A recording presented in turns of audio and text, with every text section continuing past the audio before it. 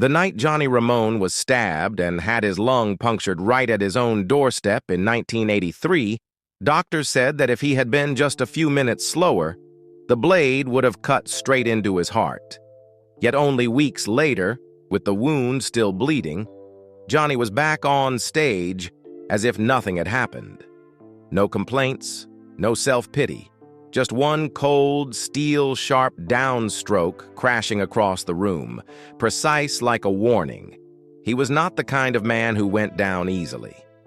Throughout his life, Johnny Ramone carried exactly that attitude. No softness, no compromise. He could stand on stage beside the bandmate whose girlfriend he had taken, playing for more than 2 decades without exchanging a single word. He could hold the entire band together with iron discipline while punk rock was being worn down by trends and the market. And he could quietly endure a loneliness that became the price of living by his principles to the very end. Johnny Ramone never tried to become an icon. He simply lived like a straight line that refused to bend in a world exhausted from constant accommodation. That coldness, that stubbornness, and all the wounds he kept hidden. Together, they formed a figure punk history could never replace. His life wasn't just music. It was a long, silent war filled with scars. And to understand Johnny Ramone, you have to trace every one of those scars. That almost ruthless resilience didn't come from nowhere. It was forged inside a small house in Forest Hills, where a boy named John William Cummings grew up beneath the iron-tight discipline of a post-war American working-class family. His father, a former Marine who carried the habits of the military in every gesture, insisted that chairs be straight, doors shut tight, words concise, emotions controlled.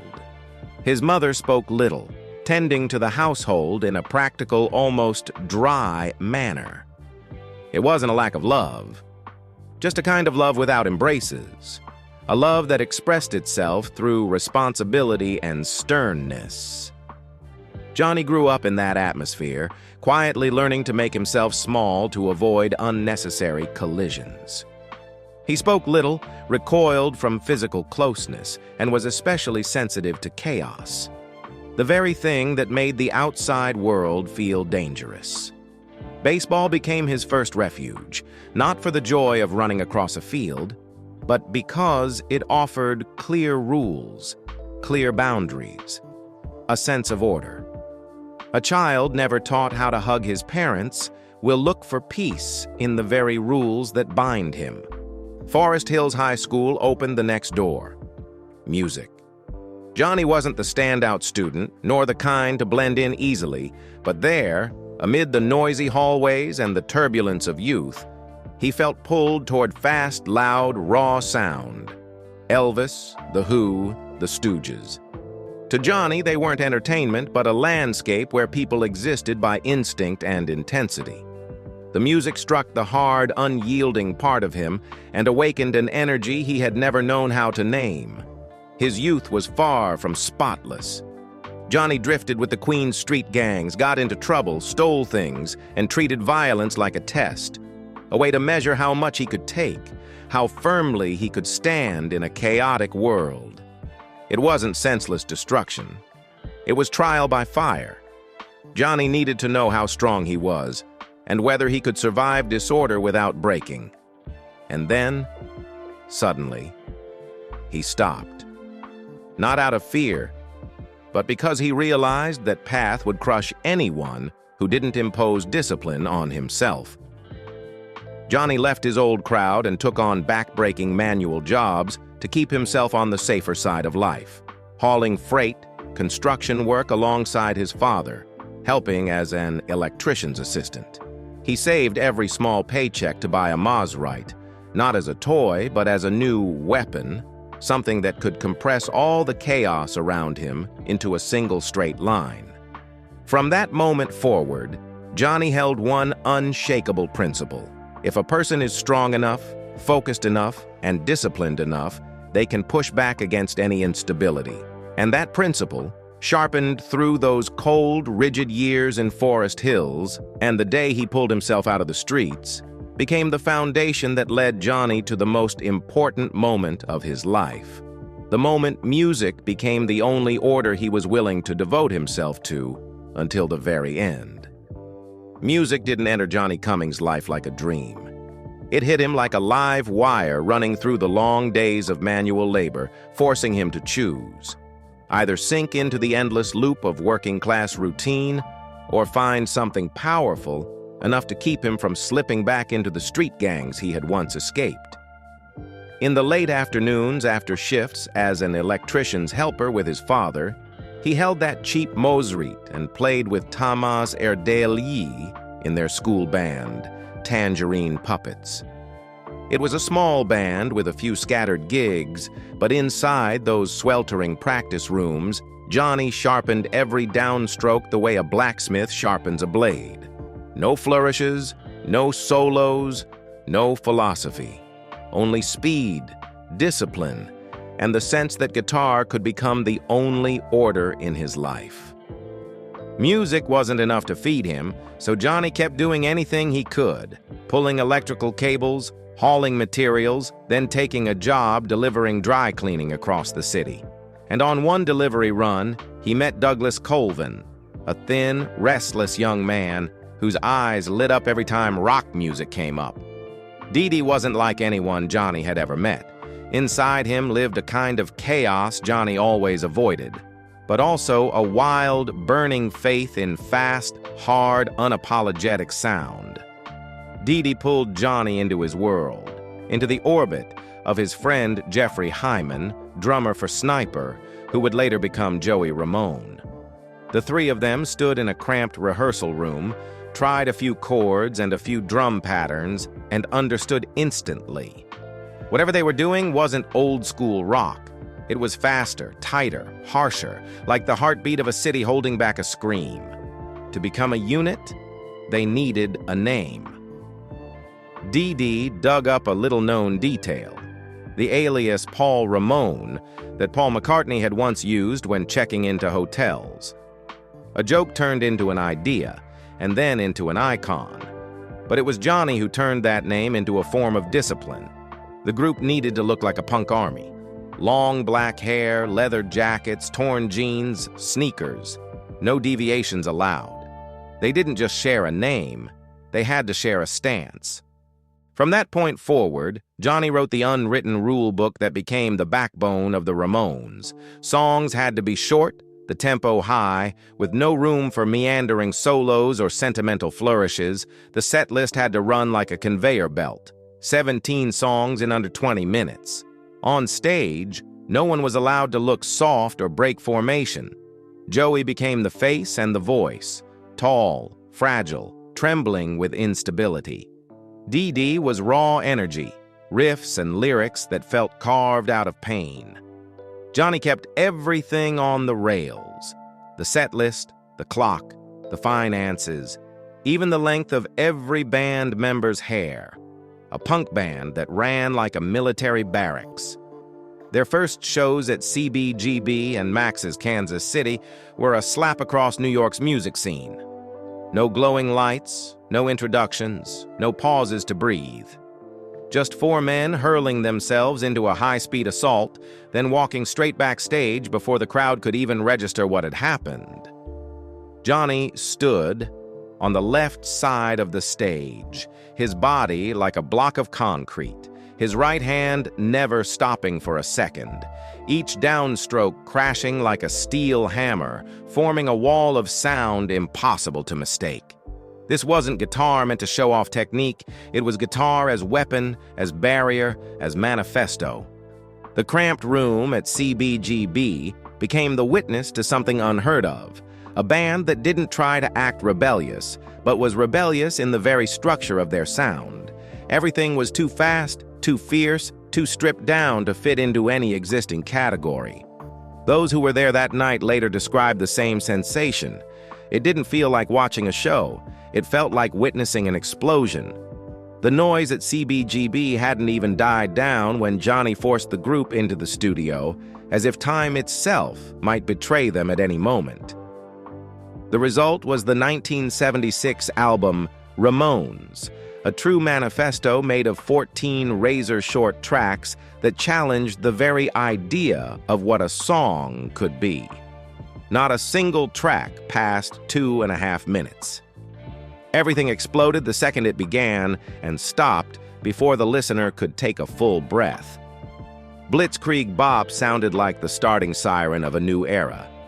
Judy is a Punk and I Wanna Be Your Boyfriend carried an extremity of reduction where Johnny's guitar kept time like a tireless steel stamping machine.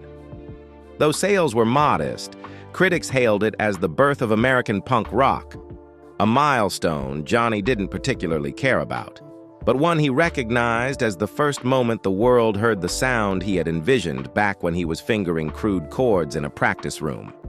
When Leave Home and Rocket to Russia arrived together in 1977, the Ramones no longer needed chart positions to prove anything. They became a current that ran through garages everywhere, through the growing clusters of young people sick of 10-minute rock epics. Road to Ruin, 1978, pushed them onto bigger stages, but the spirit stayed intact. High speed, strict structure, and Johnny's guitar as a straight line that didn't allow anyone to bend it.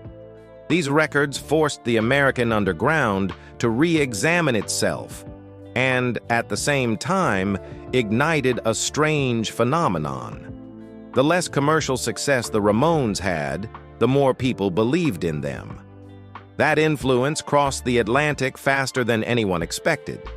Their shows in the UK became the ignition point for an entirely new generation. Young men named Sex Pistols and The Clash stood in the crowd, watching these skinny Americans play as if they had no tomorrow, and quietly admitted backstage that this was the blueprint for what they were about to unleash on the world. Johnny didn't just bring sound to England. He brought a code, precision, speed, bluntness, which became the DNA of UK punk, a force that later circled back to influence America. A cultural feedback loop born from an unending barrage of downstrokes. The Ramones' presence didn't stop at music. When Rock and Roll High School premiered, the world watched Johnny play. Johnny. No acting, no effort to appear different. Just a quiet, cold figure standing at the left of the frame like a pillar. The film wasn't a box office hit, but it turned the Ramones into a cult band. The kind of band that never dominates radio, but completely dominates the minds of young people looking for a way out. In an effort to push the Ramones deeper into the mainstream, the label paired them with legendary producer Phil Spector for End of the Century, 1980. The collaboration felt like bolting a cannon onto a dagger. Spector was famous for his dense, multi-layered wall of sound. Johnny was a flat, unadorned wall that refused even a single extra brick. The sessions dragged on in tension, with stories of Spector locking the studio doors for hours to force the band into his vision. An airless environment for a man like Johnny who needed control to breathe. When the album was finished, it became the Ramones' biggest commercial success, but also the deepest aesthetic wound between Johnny and the industry's idea of punk rock. To him, it proved that the more polished punk became, the more it lost its soul. That aesthetic clash sharpened Johnny's image, an artist who refused to accept any makeup on the sound, a man who saw reduction not as a choice, but as an ethical duty. And from that point on, the Ramones entered a period of increasingly intense internal conflict, when every new album, every small adjustment became a battleground between the desire for reinvention and the iron discipline Johnny had laid down from the very first days. The tension within the Ramones wasn't something triggered by a single event. It was the natural pull between two worlds that could never blend. At the center of the stage, Joey Ramone stood like a lonely street lamp, romantic, fragile, burdened with severe OCD that made him chronically late and dependent on rituals just to keep himself from spiraling. Left-leaning in thought, soft-hearted, his trembling voice like a thin wire suspended between two drum hits. He saw life through a lens of dreams and wounds. A few feet to the left, Johnny Ramone stood motionless like a steel pillar, his guitar cutting downward with frightening precision. Conservative to the extreme, militarily disciplined, demanding everything be timed to the minute. Joey's tardiness wasn't just irritating to him, it was disrespectful. Beneath that difference lay two opposing visions of the world. Joey survived by embracing emotion, Johnny survived by eliminating it. One needed softness to stay upright, the other needed hardness not to break. They played on the same stage but never lived in the same world. When Linda, Joey's girlfriend, left him for Johnny, those two worlds slammed shut forever. No shouting, no insults, just a silence so long it felt sinister. From that moment on, they spent nearly 2 decades sharing a stage without exchanging a single backstage word. Joey wrote, "The KKK took my baby away," and fans quickly dissected the lyrics as a coded retelling. KKK as a metaphor for conservative Johnny, baby as Linda. No one in the band confirmed it, but the coincidence was too sharp to ignore. Standing only a few steps apart, they lived on 2 parallel lines. No touching, no looking, no sharing. When Joey developed cancer, Marky Ramone tried to persuade Johnny to visit, but Johnny refused. Joey died in 2001. Johnny didn't attend the funeral, didn't send flowers, didn't look back. When asked why, he answered with the same ice-cold logic that had guided him all his life. Pretending to mourn was something he simply couldn't do. No forgiveness, no regret, no facade, a brutal ending to a relationship that had once been the band's founding pillar. That coldness didn't stop with Joey. The Ramones' internal map was filled with lines Johnny drew and never allowed anyone to cross. He controlled the set list, the schedule, the finances, even the division of t-shirt revenue. When Richie Ramone refused to share merch profits, the conflict erupted and Richie left shortly after. With Marky, the tension revolved around alcohol, discipline, and ego, both men firing public shots at each other for years. With DD, Johnny respected the songwriting genius, but had to contend with the chaos of addiction and unstable behavior, treating him like a child who needed constant containment. Surrounding the real conflicts were countless stories that sharpened Johnny's thorny image. Rumor had it he kept a yearly list of people he hated, constantly updated. Punk circles joked that Johnny didn't smile for 20 years. A meme rooted in truth, as he almost never smiled on stage. He was whispered to be extremely tight-fisted, counting every expense, always choosing the cheapest option. At one point, gossip spread that he had considered replacing Joey to keep the band running efficiently. In interviews, he repeatedly insisted the Ramones were the true origin of punk, angering fans of the Sex Pistols and the Clash. All of this contributed to Johnny becoming the villain of the Ramones myth. A prickly, unpleasant, sometimes cruel figure.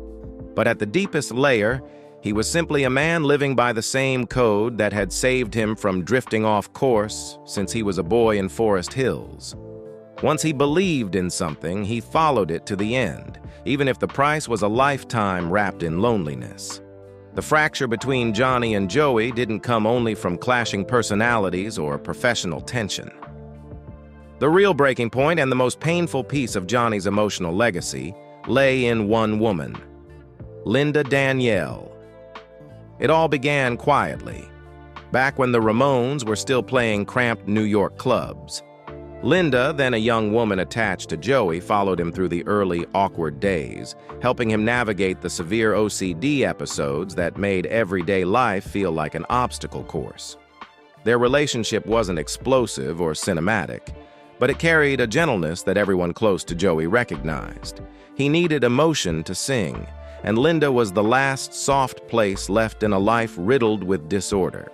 At the same time, Johnny was living by his iron code: work, rehearse, keep everything under control. He barely noticed Linda beyond a few polite greetings. But the long rehearsals, the crowded van rides, the damp backstage rooms created an accidental space where their worlds brushed against each other. Linda was drawn to Johnny's steadiness and discipline, qualities Joey never had. And Johnny, beneath the steel exterior, was moved by the emotional stability Linda radiated, something he had never been able to produce on his own. There was no explosion, no theatrical betrayal, just a slow, ruthless shift. One day, Linda left Joey and went to Johnny. No one in the Ramones said the words out loud, but the silence grew so thick, it filled every show. Joey broke without allowing himself to break. Johnny stuck to his routines to avoid facing what he had done to the person he once built a band with. They stood on the same stage, playing the songs that had once been their shared lifeblood, but the space between them had become a chasm. Johnny and Linda's relationship progressed into marriage like a merging of two opposite lives. Johnny needed order, Linda was used to emotion. Their home became an upgraded version of Johnny's childhood. Neat, quiet, everything in its place. Linda adjusted slowly, finding ways to fit into that rigid world, while Johnny learned to trust someone, something he had rarely done before. They had no children, not because they didn't want them, but because Johnny's life was too tightly wound in discipline and touring to nurture a fragile new life. Linda respected that, though her eyes sometimes revealed a flicker of longing that Johnny never asked about. The real pain didn't lie in their marriage, but in the severed thread with Joey. Linda couldn't mend anything between the two men. Johnny stayed loyal to his principle. Once someone was cut out of his life, he never returned. Joey chose silence because he was too exhausted to fight. Linda lived between those two poles, always aware of the cost of the love she chose. A husband who rarely voiced emotion, and an old love whose wound she could never heal. When Joey died, Linda appeared quieter than usual. Johnny's expression remained unchanged, the same mask he had worn his entire life. In a later photograph showing Johnny reclining at home after prostate cancer treatment, Linda sits beside him, her hand on his shoulder. A simple moment, but the clearest proof that the man the world called cold and ruthless had given the most vulnerable part of himself to exactly one person. The fracture with Joey and the simmering wounds inside the Ramones didn't slow Johnny down. If anything, they made him tighten his discipline even more, as if the smallest crack could cause the entire machine he had spent decades building to collapse at once. And that was also how he stepped into the final years of the Ramones, a period when the era no longer stood on their side. The 80s and 90s ushered in new waves of punk, brighter, younger, more market-friendly. Green Day, The Offspring, Rancid. Soon the press began calling the Ramones the first generation, rather than the vanguard. The new albums they released, Animal Boy, Halfway to Sanity, Mondo Bizarro, no longer caused a cultural jolt, though they still held onto a loyal fan base and maintained steady touring in Europe and South America. People no longer came hoping for something new. They came to witness an unshakable spirit. On stage, Johnny still stood on the left like a steel pillar, his downstrokes thunderous, his expression unchanged from start to finish. That persistence moved people more than it excited them. When Dee was forced to leave the band in 1989 to preserve his sobriety, the Ramones lost their wildest spark. Addiction, depression, instability. Dee could no longer survive the endless touring cycle. Johnny looked at it all with an almost cruel practicality. People leave. You replace them, the band moves on. He chose C.J. Ramone, shaped him into the mold. The hair, the attitude, the tempo, everything had to fit. Dee Dee's absence was a great loss, but Johnny never allowed himself to stop and grieve. In his eyes, the Ramones had to outlive every individual tragedy. This was also when Johnny displayed most clearly the trait that built and burdened the Ramones' legacy: absolute control. No changing the logo, no changing the style, no chasing MTV, no modernizing the sound, no experiments, no slowing the tempo. While the rock world glittered with synths, glam, grunge, and alternative, Johnny kept the band on a single straight line: fast, short, raw, precise. To him, punk wasn't a trend, but a vow. Break that vow, and there would be no Ramones left. All of this led to the decision to release Adios Amigos in 1995, a farewell fully aligned with who they were. No attempts at a comeback, no clinging to fame, no waiting until they were too old to stand. Johnny wanted the Ramones to leave the stage while they could still play fast enough to make fans' hearts jolt. And that's exactly what they did. On August 6, 1996, at the Palace in Hollywood, the Ramones played their final show. No nostalgia reel, no tears, no drawn-out speech about their decades-long career. Just Johnny's guitar, relentless, scorching like hot steel. Joey's voice, still reaching, already weary. CJ and Marky hitting as if every remaining minute needed to be sealed with the most primal energy they had left. The set list ended. The lights went out. They bowed, walked off stage, the door closed behind them.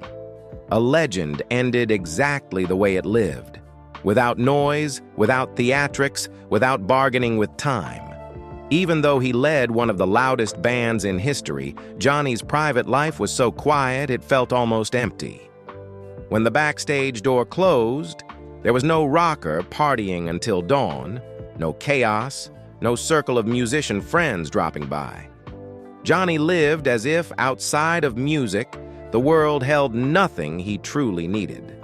He avoided parties, avoided crowds, avoided every kind of showbiz socializing. After each show, his routine had only two destinations: the stage and the home where everything sat in its exact place.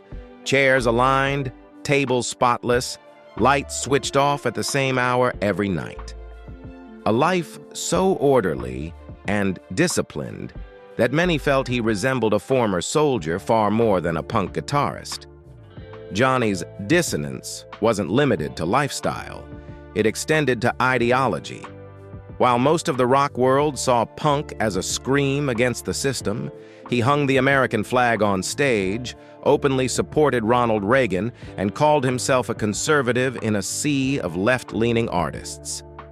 The punk community often viewed him as a living contradiction, the man who helped create punk rock, yet rejected the rebellious politics associated with it. For years, he faced endless controversies. Labeled the strangest conservative in punk, criticized for bluntness, for refusing to tiptoe around opinions, for never pretending to fit in. All of this only clarified who Johnny truly was: a closed circle, opened only to a very few, while most of the world remained outside. He didn't build a large family, didn't host loud gatherings, didn't try to become a lovable icon. His boundaries were drawn early and never erased, keeping his principles, keeping his discipline, keeping his distance. Loneliness was the price, but to Johnny it was not a tragedy. It was intentional, a way to protect what little order he believed only he understood how to maintain. When the Ramones ended their journey in 1996, Johnny didn't cling to the spotlight like so many musicians do. Everything stopped at the right moment, in the right way, and he withdrew into private life exactly according to his rules. No new band, no nostalgia tours, no solo album. His career closed cleanly, like a door shut firmly once and for all. He and Linda moved to Los Angeles, living in a house with a wide garden and a room full of films, where Johnny spent hours watching old classics like a scholar more than a fan. Occasionally, he advised younger bands or appeared at punk events, but always within narrow limits, always keeping distance. No deep answers, no life stories, no letting anyone wander too close into the private territory he had guarded for years. In the late 90s, doctors diagnosed him with prostate cancer. For most people, that becomes the beginning of long interviews, fundraisers, inspirational stories about fighting illness. Johnny chose none of that. He underwent treatment quietly, kept his diagnosis to himself, told no press, made no bargain with the public using his pain. The disciplined, unyielding image he had maintained his entire life would not allow him to appear vulnerable. Not even once. Even as his health declined, he chose to fade into the background with the same familiar posture, straight-backed, few words, self-contained. On September 15, 2004, Johnny passed away in his Los Angeles home at age 55. Linda was beside him, along with the few friends allowed into the small circle of his life. There was no grand public memorial, no long speeches, only a quiet farewell befitting the man he was. He was laid to rest at Hollywood Forever Cemetery, where a statue of Johnny was later erected, captured in mid-downstroke, an unchanging symbol of the steel-hard playing style that helped define punk rock. Every year, fans from around the world visit the site like a pilgrimage. They don't come hoping to see a smile. Johnny rarely smiled in his entire life. They come seeking the unbroken spirit, cold but honest, hard but principled. The image of the last punk warrior who never stepped back, never softened, not even in his final moment. Johnny Ramone's legacy doesn't lie in poetic speeches or emotional moments on stage, because he never allowed himself to be that kind of artist. His influence comes from his extreme way of thinking, from a guitar style so seemingly simple it was called crude, and from a way of living that made colleagues and rivals both respect and fear him. When punk rock is dissected in search of its origins, people can argue over who was the leader, who was the poet, who was the face of the movement, but one thing is nearly impossible to dispute. Without Johnny Ramone, punk rock would be something entirely different. His downstroke guitar, the relentless, straight-down, never-loosening strike, became the foundational textbook of punk around the world. Hundreds of bands from the Sex Pistols and The Clash to Green Day, Bad Religion, NOFX, Rancid, and The Offspring borrowed the Ramones' structure. Short songs, fast tempo, tight, no solos, no embellishment. That was Johnny's philosophy imposed on the entire band. Later guitarists may have played more complex, more technical music, but very few had the guts to cut everything away, keeping only the raw power the way he did. It wasn't just the sound. The way Johnny ran the Ramones became a template for countless punk bands afterward. Military-like discipline, a consistent image, never changing their identity no matter how the market shifted. The Ramones never became a mainstream commercial band, but they became the band every punk artist, from garage amateurs to major names, considered their spiritual starting point. Johnny's influence is also etched into visual culture. The hairstyle, the leather jacket, the ripped jeans, the worn-out sneakers. These have long been global punk symbols. The posters pinned to millions of teenage bedroom walls across generations are essentially Johnny standing on the left side of the stage, his arm coming down on the guitar, as if nailing the entire world to his rhythm. After his death, Rolling Stone ranked Johnny among the 100 greatest guitarists of all time. Not for technique, but for cultural impact. His monument at Hollywood Forever became a pilgrimage site where punk fans from across the world come to touch the energy that helped define an entire genre. His legacy carries a strange shade. Hard, closed off, sometimes ruthless, but absolutely honest. Johnny Ramone never wanted to be a hero. He just wanted to play guitar the way he believed was right. That conviction, bordering on extremism, is the reason his name stands firm today. A punk icon who needed no smile, no spotlight, only a downstroke strong enough to make the world listen. Johnny Ramone left behind a life without a soft ending. He lived the way he played guitar, decisive, straight, without a single wasted motion. As his name is spoken more often in discussions about punk rock, people don't find a charming legend, nor an artist who inspires in the conventional sense. What they find is an extremely rare way of living. No compromise, no shifting colors, no apologies for who he was. That persistence, sometimes controversial, sometimes alienating, is also the reason he outlived time.